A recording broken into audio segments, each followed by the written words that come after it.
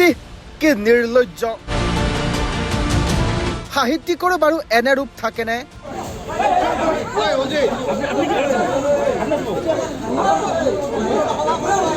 সঁচাকৈ বাৰু এওঁলোক সাহিত্যিক নে আপুনি পূৰ্বে কেতিয়াও নেদেখা সাহিত্যিকৰ এটা ৰূপ সাহিত্য সভাৰ চৌহদত কুৰুক্ষেত্ৰৰ ৰণ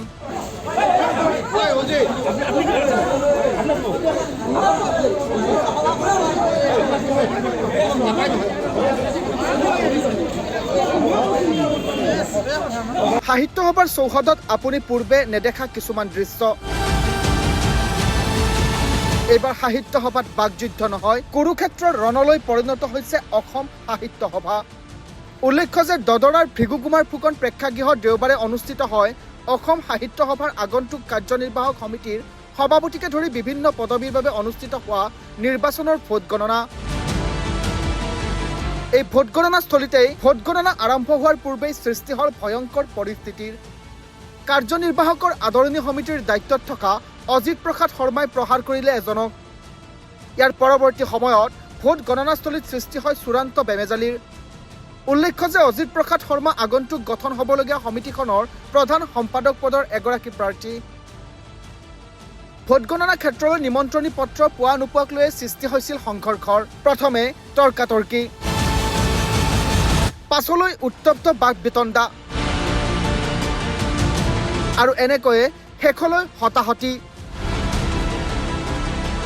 এজনে যদি চৰিয়াইছে আন এজনে আকৌ চোচা লৈছে বাঁহৰ গোজ লৈ সাহিত্য সভা নহয় যেন যুদ্ধস্থলীহে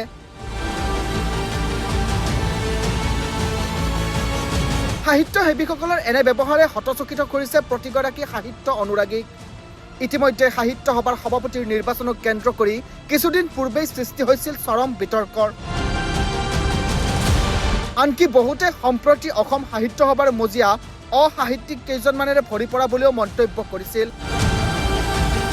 সাহিত্য সভাৰ সভাপতিৰ দৰে সন্মানজনক পদবী এটাক লৈও নিকৃষ্ট ৰাজনীতি কৰা বৰ্তমানৰ সমিতিখনে দেওবাৰে পুনৰ প্ৰমাণ কৰিলে যে সাহিত্য নহয় সম্প্ৰতি মাৰপিট কাজিয়া হাই উৰুমিৰ ক্ষেত্ৰতহে অধিক আগবাঢ়িছে অসম সাহিত্য সভা উত্তৰ পূৰ্বাঞ্চলৰ বৃহত্তম সাহিত্য সংগঠনটোৰ এনে দুৰৱস্থাই প্ৰতিগৰাকী সাহিত্য অনুৰাগী সাহিত্য সভাক মনে প্ৰাণে ভাল পোৱা ব্যক্তিক আশাহত যে কৰিব সেয়া নিশ্চিত হৈ পৰিছে অসম সাহিত্য সভাৰ মজিয়াত প্ৰতিদিনে নিত্য নতুন বিতৰ্কিত পৰিস্থিতিৰ সৃষ্টি হ'বলৈ ধৰিছে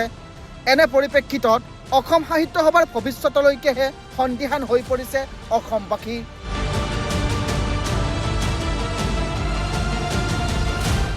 নিউজ ডেস্ক ৰিপোৰ্ট দি নৰ্থ ইষ্ট